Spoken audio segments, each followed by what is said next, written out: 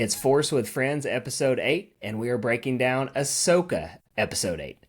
Welcome back, this is Will with the Padawan Pops YouTube channel, and today we are breaking down Ahsoka Episode 8, and it will unfortunately be our final episode of The Force with Friends with like an episodic weekly Star Wars TV show, but I think we do have a lot to talk about today, so let's hop right in. So starting off, I want to know what grade would you give this episode?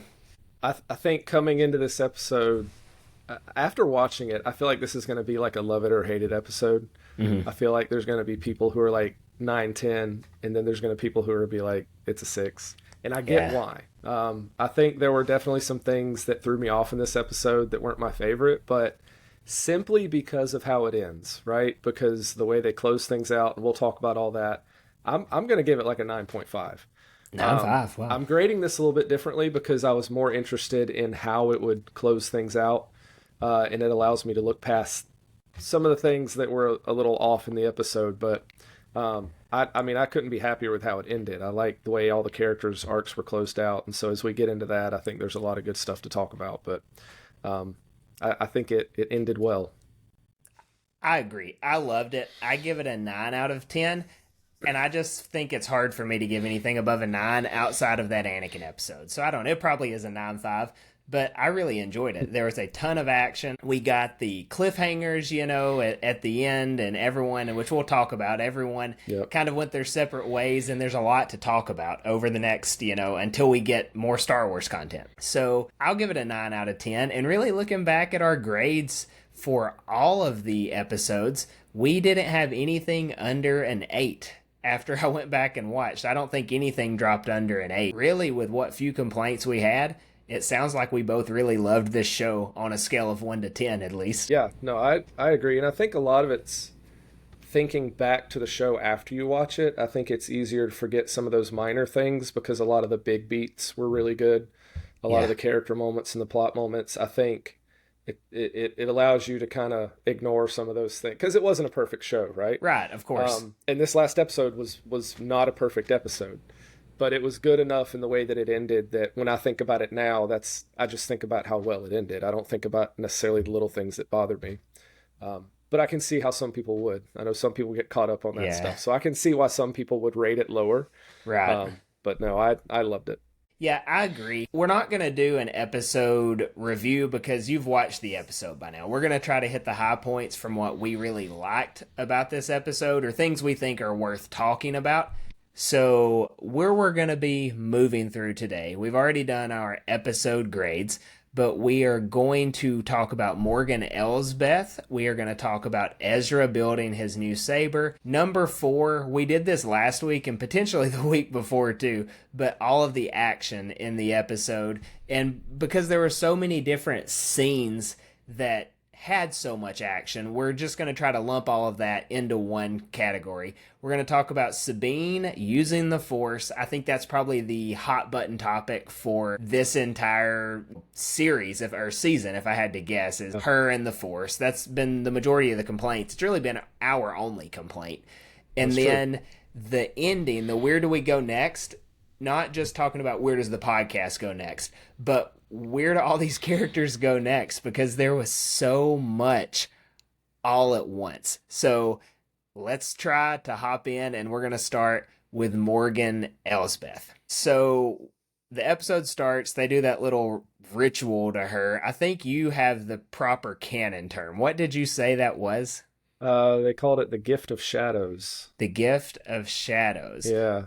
So which it reminds me a lot of the Clone Wars, where it was Maul's brother Savage. I love the way that they just take regular words and then pronounce them fancy. Yeah. But it's very similar to what they did to him, right? I mean, he obviously got pretty jacked up when they did it to him, but just in terms of being quicker and stronger, and so it to me, in my mind, it harkened back to stuff we'd already seen in the Clone Wars, where they had kind of beefed him up when Dooku took him on.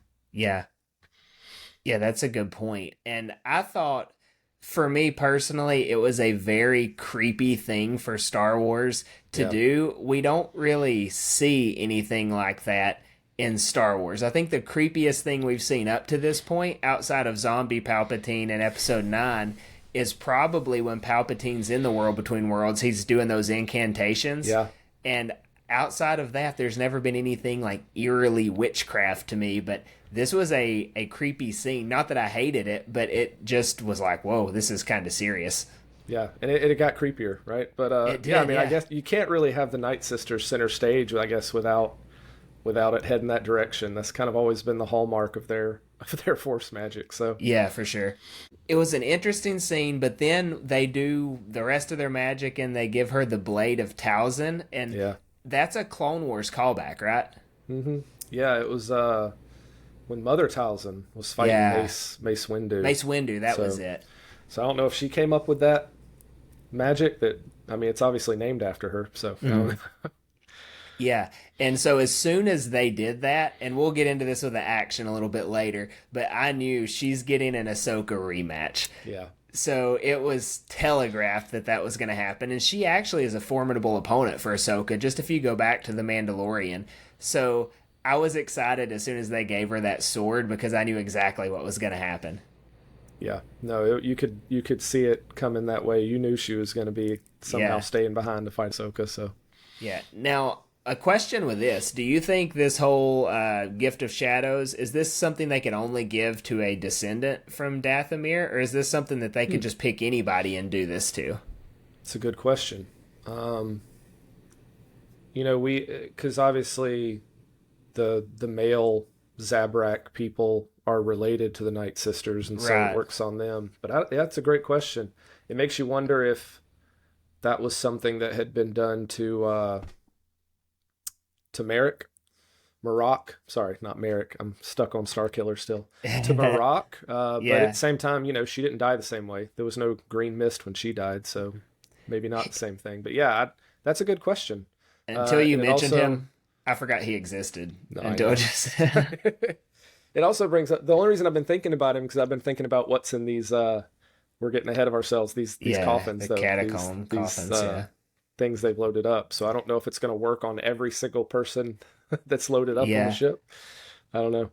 I lean towards the specific Gift of Shadows not being for everybody because the stormtroopers are not troopers. I don't think they have it, even though they do the magic on them. So I feel like this was a specific thing for her, but I'm sure somewhere in canon we'll get an answer for that.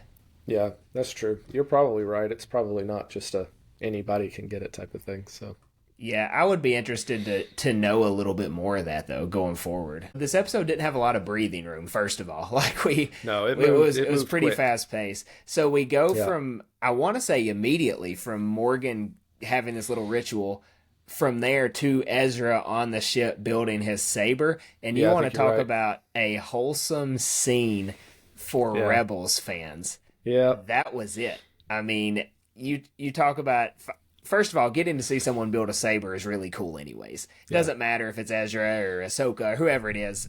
We like to build sabers. I've built 2 at Disney on my own, and they're make-believe. So, it's just a very neat thing to do. So seeing him do that, and then we see that he starts to build it, same preferences that Kanan has, Yeah. and him and Hu Yang have that nice moment of, I trained Right. him. right. So I thought that was super cool to see on screen. Yeah, I liked the way that they showed him building his lightsaber, because I do think they could have had him rebuilding it by himself, or they could have done that a lot of different ways. So I really like that he has that interaction with Hu Yang, and then gets the call back. Calls him Caleb by his original name before he changed his name. So it was a really cool scene.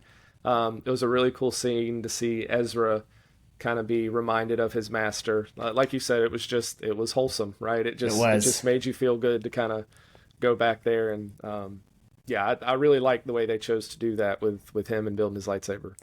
It was a very Star Warsy moment, in my opinion. Just the way they went about it. The stakes didn't seem very high. It almost took you out of the scene and put you into a more lighthearted scene that was almost built for us to feel good about it. And it certainly worked on me. Yeah. But I thought, I didn't know if they were going to actually say Caleb Dune, because when Hu Yang called him Kanan Jarrus and he knew who he was talking to about, I was thinking, well, how does he know he changed his name? Obviously, Ahsoka probably told him everything. But at first, I was thinking, are they really going to go this whole little segment without saying it? But they slid it in at the end. But when I was watching it, that was my first thought: is are they just going to call him Kanan the whole time? But Yeah, and I like that cool. he slips it in when he thinks back to him as a Padawan, right? Yeah, That's his memory of him. So it was yep. it was a really cool scene. I mean, it didn't do anything plot wise, but it was just a nice moment. It was fun to watch and kind of see that brought up, especially for Ezra. Also, how about the fact that Ahsoka just has a ship full of apparently kyber crystals Yeah. and enough to build a General Grievous army of lightsabers, all the parts seriously. and everything? I'd like to know where she got all the kyber. So Yeah, for real. Well, she's just been wandering around for 30 years, so I'm sure she's collecting them. yeah, she's been around, I guess. But That's fair. That was if there was not that ending scene, the threefold ending where all the characters go their different ways, that would probably be my favorite scene of this episode. Yeah, no, I agree. It was a slow moment, just kind of catch your breath, and it was a really cool character moment. Just to, again, like you said, people who knew Rebels and watched Kanan. So moving forward from Ezra's saber, I don't think there's too much more to chat about on that. I did like that it was a blue saber, by the way. Yeah. I wasn't sure what color it was going to be, if it was going to be blue or green, but I like that it was identical to Kanan's. Yeah. So yeah, that was awesome. Now this is probably going to be the second biggest portion that we talk about today, the action and the combat in it, and the other one will be where do we go next. But for the action, I think this episode, it was the best one as a whole for how the action went. I think the episode 5, where she's in the World Between Worlds with Anakin, I think there was a lot of good action there, but just across the board, I think this was a lot better as the whole episode goes. What did you think? Yeah, no, I would agree. I thought it was very engaging. Like I don't think I ever found myself feeling like it was just more of the same, right? I feel like they did a good job of mixing up all the elements, whether it was just riding in on the Howlers to battling the Night Troopers to then we get to Ahsoka and Morgan. So I feel like it mixed up and it moved quickly. Like they didn't stay in anything too long for it to get dull. They moved through a lot of different sequences pretty quickly. So I enjoyed it.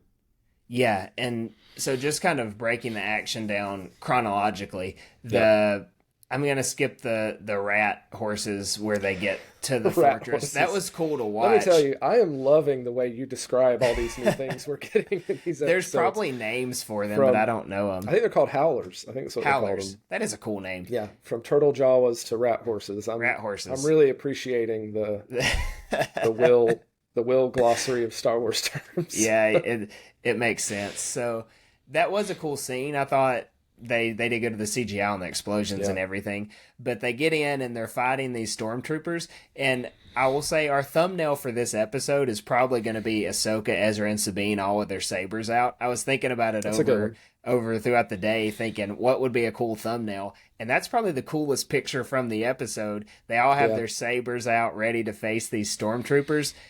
Ahsoka's barking commands at Sabine and Ezra. They're working as like an army of 3. I thought that was very cool. They make quick work of the stormtroopers, and then the stormtroopers get resurrected. Yep. Yeah, it was fun. I did like, you mentioned it, but I like that Ahsoka is aware enough that, Sabine's not going to be able to hold up to blaster fire. Yeah. So she has her kind of fall back and start shooting. And so, it was a really cool scene. And then they kind of start moving forward. And like you said, they wipe them out, but then that's where we get some more creepy Night Sister magic. So yeah, when that thing pops up with the green eyes, that was so cool. Yeah, it was cool. The fact that they walked like zombies, I liked that as well, because I wasn't sure if they were going to go full on Night Walker with these guys or not, but they did. So very creepy Halloween vibes out of Star Wars. Yeah, for sure. And I like it because it was small scale, right? Like it's not like it was an army of undead, but like the fact that they pushed 3 Jedi, right, who couldn't really win. They just had to keep retreating.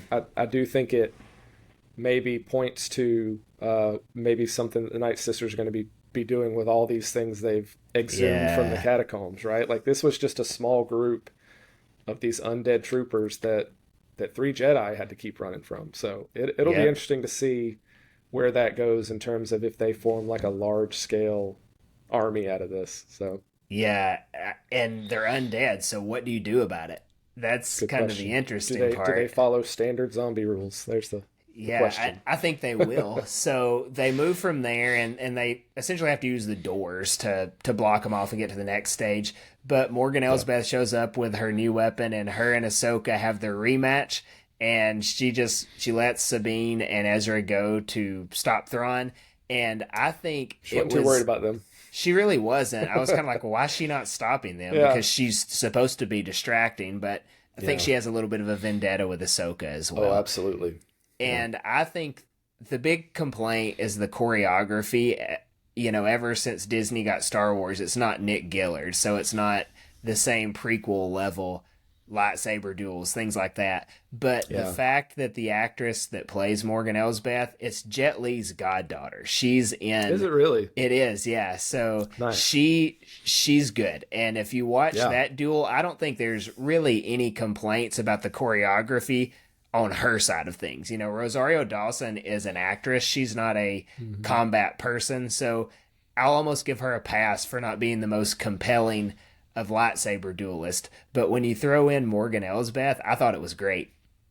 Yeah, no, she is fun to watch. She's just so fluid, right? Like it brings a different level of kind of intensity to the fight choreography when you have someone who just understands. I didn't realize that about her. That makes sense now to me as to why that fight seems so much cooler. But yeah, I think her dad and Jet Li were like, or it's either Jet Li or Bruce Lee. I could have that. It's one of the two, but either way, very involved in martial arts. So she grew up in it.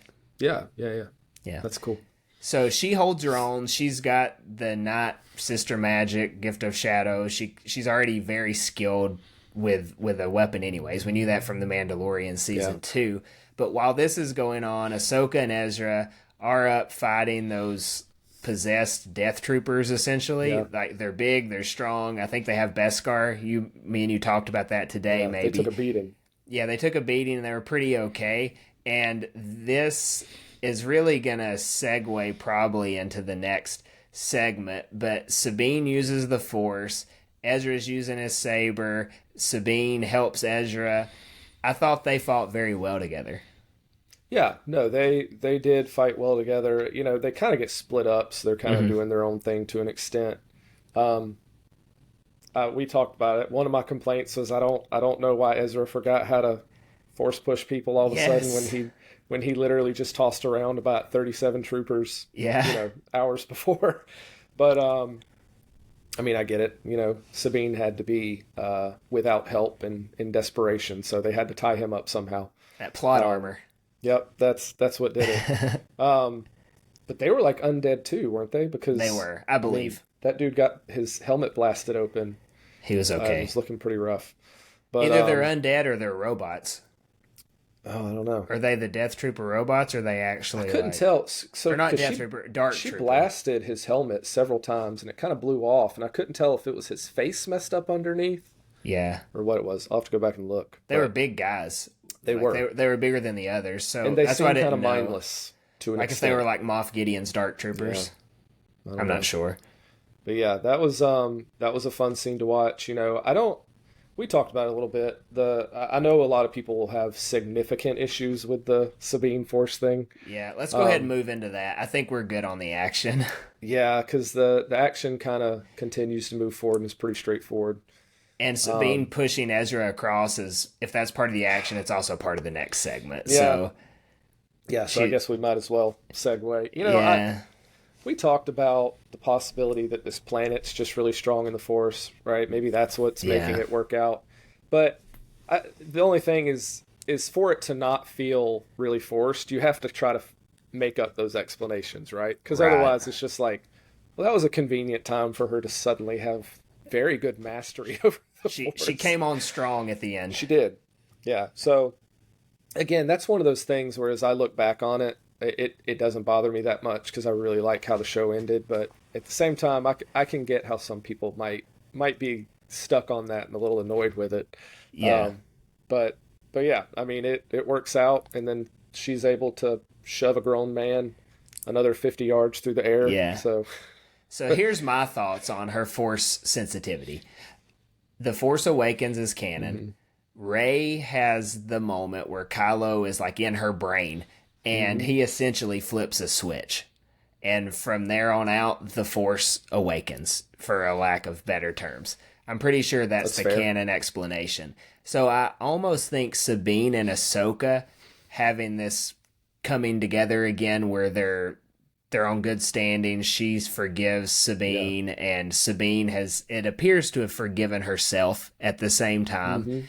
And maybe just getting caught up in this mission, maybe the planet, like you said, where there seems to be a lot of Force stuff going on anyways, that was the light bulb going off moment for her, having that acceptance from Ahsoka, which she feels like she hasn't had, being able to accept herself, maybe having Ezra there as well, just everything was a perfect storm for it to click for her. And I'm okay with that. I am Now, too. 6 episodes ago, I would not have been. But yeah, no, I think it's I'm okay panned with it out now. okay. Because you look back and a lot of her lack of confidence in herself, like she talks about how she can't feel it. She's never felt it the way Ahsoka does.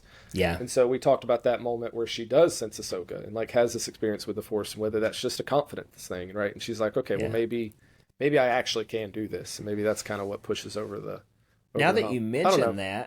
that could be the moment, because the light switch goes off for Rey when Kylo is in her head. So maybe when Ahsoka's calling out into her head, maybe that was it in the last Maybe it episode, and that's flips. what woke it up. I don't know, but I do think something happened on this stage or this portion of their mission that opened her up to it more. So it wasn't just like, oh, it worked this time.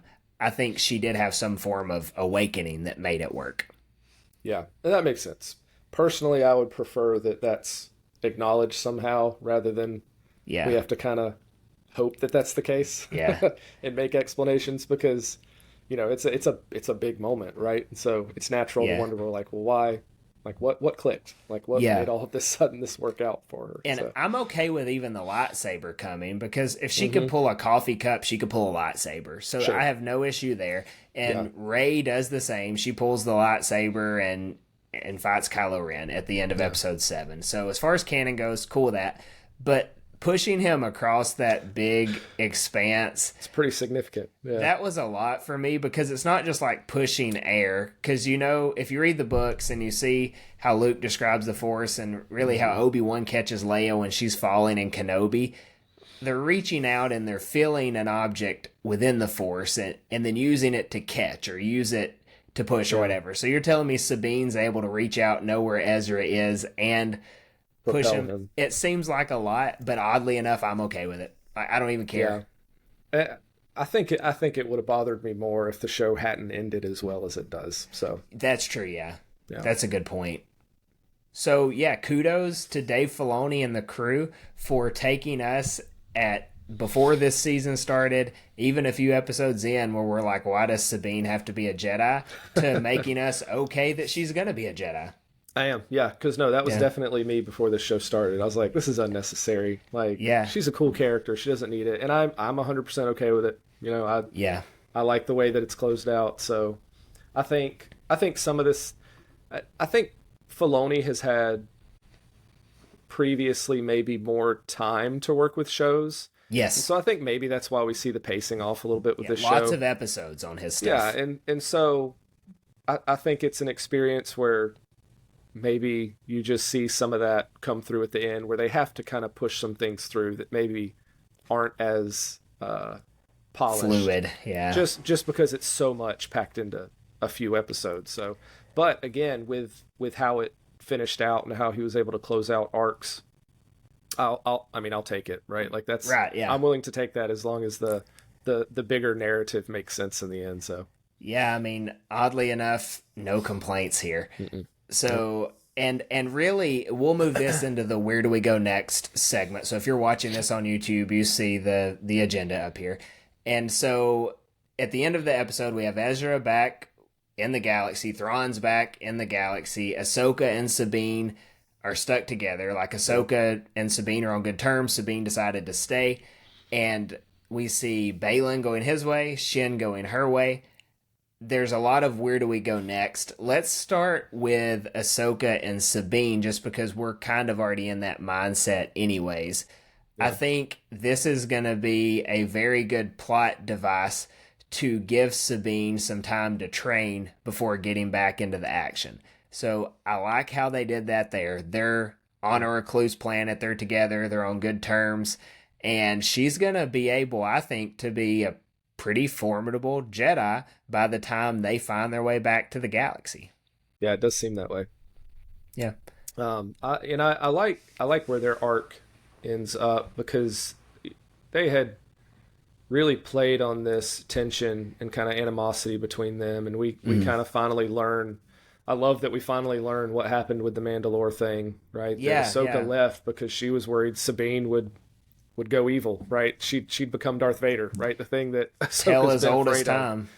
So I love that they addressed that, and I love that really the resolution for them kind of harkens back to I guess it was episode 6, and Hu Yang makes that comment to Ahsoka about, basically the Force isn't giving you all the answers, and maybe that's what Sabine needed to choose. Like that was her only option. And so I feel like at the end, Ahsoka makes that comment to Sabine, like, it's time to let go. Yep. Right. And I feel like that's the lesson they've both kind of grasped onto. Like Ahsoka has to let go of being the one who declares what's right, that this is the way we have to do it. This is what has to happen.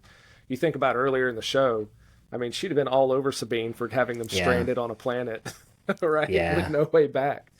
But I love that she makes those comments of like, well, Ezra's where he belongs, right? Yep. It wouldn't have happened if you hadn't chosen what you'd chosen, like in a good way. And then with Sabine, her reasons for wanting to become a Jedi were to serve things that she wanted to do, right? That she needed, she felt like. Yeah. And so I love that at the end we get this, well, I've rescued Ezra, but I'm going to sacrifice going back with him, right? Like I'm going to give up finishing off what this thing was, the reason I wanted to be a Jedi, and I'm actually going to do the Jedi thing and sacrifice and stay here. Yeah. I just thought that was closed off really, really well. And I felt like they kind of learned that lesson together of kind of letting go of things in order to trust in kind of the bigger picture. So Yeah. I loved where it left off with them. So Yeah, and you see Morai at the end. I think that was just a nice touch that Ahsoka, she's still there with Morai. There's that Mortis little touch to it, which we'll get on. I want to close with that, so we'll save that for Sounds the end. Anakin is there, which was awesome. I finally got a prediction right that Anakin Force Ghost would be there. Kudos to me for finally getting something right. You've literally been saying that since like episode 1, so it finally happened. Full credit for that one. Yeah, before episode 1. So it happened. We needed to see an Anakin Force Ghost that wasn't that retroactively added in episode 6. So now we have it. So we're all going to have really cool thumbnails for all of our videos.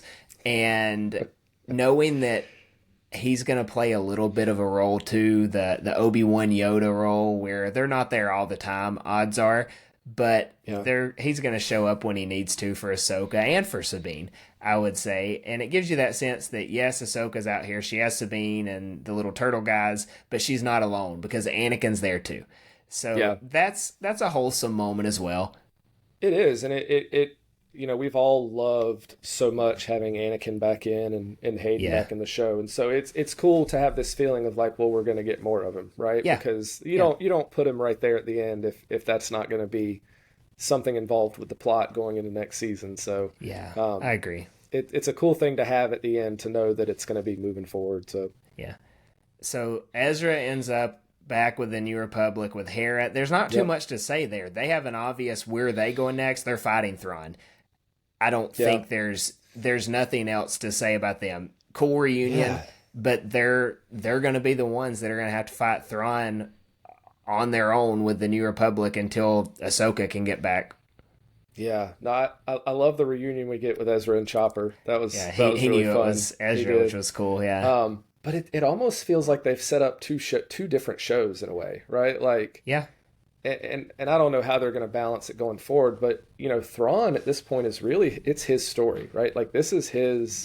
On this side of the galaxy, it's all about Thrawn, which is I like that. But now we have this huge kind of thing going on the other side of the galaxy, which is an entirely separate thing, and so I really feel like it's split into these two very different stories now, where everything was kind of joined together. They were kind of all on the same path, but this has really split things up.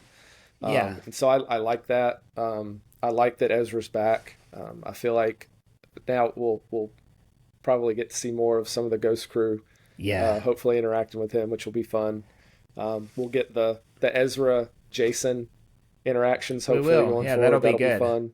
Yeah. But yeah, no, I love that he's back. Don't know how he hit on a Star Destroyer with the Night Sisters since they can smell Jedi, but they didn't I'll care let at that go. point. So, they quit they caring. weren't paying attention anymore. Yeah, they were. Well, and they end up on Dathomir. Yeah, they get back at Dathomir. 2 back at Dathomir. So I'm thinking he's gonna have his little headquarters, what call you. I think Dathomir is going to be a bit of a home base for him. I think they're going to have some undead armies for him from Dathomir. I think that's going to be how they're going to combat the Ezras, the Ahsokas, the hopefully Luke Skywalkers. Ben Solo would be around 10 years old at the time, things like that. So I'm thinking you got to balance that out. It's not just going to be troopers versus Jedi, because the Jedi are going to win. Yeah. And I think that's what he's going to be basing out of Dathomir. That's my opinion. Yeah, and I don't think Dathomir's just thrown in there for the fans. I mean, right? Like, it's a powerful place in the Force, right? And so you got to think that this is going to allow these great mothers to continue to do something pretty significant, especially like you said with this army. So I think it's all part of the plan. Yep. So from here, we've got Thrawn there. We've got Ezra back with the New Republic. Not too much to say about Shin. She's on her own. I think she went and found a group that she's going to find her leadership style with. Yeah. So she's going to be with all those raiders on this planet. I think they called them raiders or something along those lines. She's going to be the little red blade leader for them. And that's probably the least compelling where do we go next of all of them for me. But she's going to be the bad guy, I think, in Skeleton Crew, because it takes place in this galaxy, I think, on that planet. That's what I've heard. So it wouldn't surprise me if her and those raiders are the antagonists to start that story. And because it's that guy that's force sensitive running around with all the kids. And I'm sure they're going to cross paths with her on this planet and then eventually cross paths with Ahsoka. So she may be the antagonist for the Skeleton Crew show. But Baylan. Yeah. Baylan. So he's had something calling out to him. And I almost thought they were just going to let us wonder, because they did not show up until the last 30 seconds. And you're right. Yeah. Baylan's out hiking, and he has found these huge rock sculptures of the Mortis gods. We have the father and then the son, daughter, brother, sister, however you want to break that down. And the daughter, her head has been knocked off, but you can see her silhouette, her body there. So she was there as well. And then he looks out and he sees that almost it's a fortress or something with a light sticking out of it. So I'm just going to go ahead. Yeah, I'm going to go ahead and defer all Abeloth talk to you, because Abeloth is certainly locked up in that thing with the light shooting out, right? So Mortis is complicated and Abeloth is complicated, because this is an interesting Legends thing in that it didn't start as its own thing and then Filoni pulled it in, right? It branched off of something that he and George introduced in the Clone Wars, right? Most of the Legends stuff that's been pulled in was new stuff, right? That hadn't been in the media before.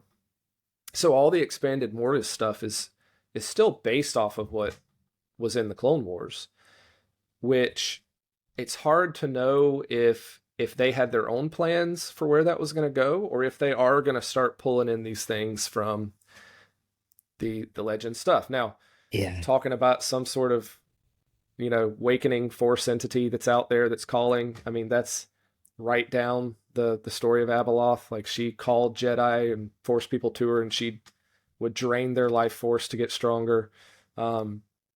There's like a million different things right now that I'm really excited about, because they kind of all point to these stories. Yeah. I don't think we have time to go over them all today. But one of the big ones that I was thinking of is So within the legends, Abeloth was imprisoned, and the only way she could ever escape was when they called it the current of the Force change. So like if time was messed up, Right. and then she would have to be sealed back. And so I was thinking about that. We've seen that, right? Like we've seen time get distorted, right? Ezra pulls Ahsoka out, and so we have this moment where you could say the current of the Force has changed. And It so did. there's a lot of things that have happened that could point to this, being what's going on, especially now with this really solid Mortis connection. Yeah. Because she was imprisoned on the world they originally lived on. And then they left after they had to imprison her, and they ended up on Mortis instead. So there's a lot of things, because I've been going back and thinking about the Clone Wars stuff and all that arc and things that were said. So I'm excited about it. I think there's so much cool stuff to talk about right now, and maybe next week we can get into some of that stuff a little more in depth. But there's a lot of cool stuff that could very easily tie in, and looks like it might tie in. So personally, I think that yes, it's going to be, if it's not named Abeloth, it will be that story. Something similar. So yeah, along the same vein, but I have no reason to think it's not going to be if he's going full Mortis here. And I think seeing Morai also tips Ahsoka off to the fact that something is going on here. Yeah, that's true. I didn't think about that would be an indicator for her. That makes sense. Yeah, because Morai is around during these types of situations. So I think we're going to see that. And I think they can't stop the story with Baylan. Unfortunately, he's going to have to be recast or deep faked or something, because Ray Stevenson has passed away. And which is unfortunate, because incredible actor, seems like an incredible human, and captivating character here. Yeah, really one of the highlights of the show, for sure. And I think there was plans for him moving forward, so they're going to have to continue that story some way, somehow. I think they do continue it. So that's where we're left off. I think moving forward, just very briefly, the Mandalorian is going to get called back in. I think him and the New Republic, I think that's going to be his next story, so we may see that story along with the New Republic. Skeleton Crew is going to be them finding Ahsoka and Sabine and hopping back to the galaxy. And then I'm assuming the next season of Ahsoka will be a little bit of a smorgasbord of all of that. Yeah. And then if it goes 1 year at a time, which I think it will, we'll have next year Skeleton Crew, next year Mando, next year Ahsoka, something along those lines. Then we're going to have the movie in 2027. That's just how I think they're going to do it. And then ties the story up together. And I think 3 to 4 seasons of television leading up to a movie is sufficient. So it's going to be good there. And then for us moving forward, next week, I think we should go ahead and preemptively say we're going to do a 30-minute episode on the potentials for what is calling to Baylan and how that goes into canon moving forward. So how that plays in this current story, but also maybe leaks into the Rey story moving forward, and maybe looking backwards to the Force Origins story. I think it can play into both of those. So we're going to break that down next week. That's the hook for you to come back next week. Talk. Yeah, so thanks so much, everyone, for joining us today.